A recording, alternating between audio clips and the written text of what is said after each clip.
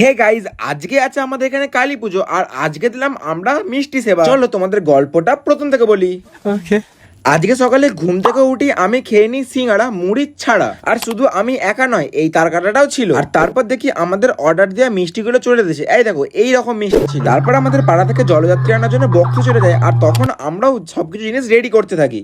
A few moments later. আর তার কিছুক্ষণ পর দেখি জলযাত্রীর লোকেরাও চলে এসেছে। আর তারপর আমাদের বাড়ির সব থেকে বড় মানে আমাদের ঠাকুমা সব থেকে প্রথম সেবা আরম্ভ করে। আর তারপর আমিও শুরু করে দিই আমার কাজ। আর তার কিছুক্ষণ পর এত জলযাত্রী আসছিল যে আমি একা দিয়ে সামলাতে পারছিলাম না। তাই আমি আর দাদা মিষ্টি দিচ্ছিলাম আর বাড়ির বাকি সমস্ত লোকগুলো সবাই মিলে দিচ্ছিল জল। আর এইভাবেই প্রায় 200 জলযাত্রীদের মিষ্টি চলে যায়। তারপর দেখি আরো অনেক বেঁচে গেছে, তাই আমরাই নিজেরা রাস্তার লোক দাঁড় করিয়ে দিচ্ছিলাম। তারপর আমিও একটা ছানার গজা খেয়ে নিই। আর তারপর ঠান্ডা ঠান্ডা জলও খেয়ে নিই। তারপর জলযাত্রীরা যে সমস্ত গ্লাসগুলো জল খেয়ে ফেলেছিল সেগুলো আমি একটা একটা করে কুড়োতে থাকি। তুমি সাবস্ক্রাইব করো।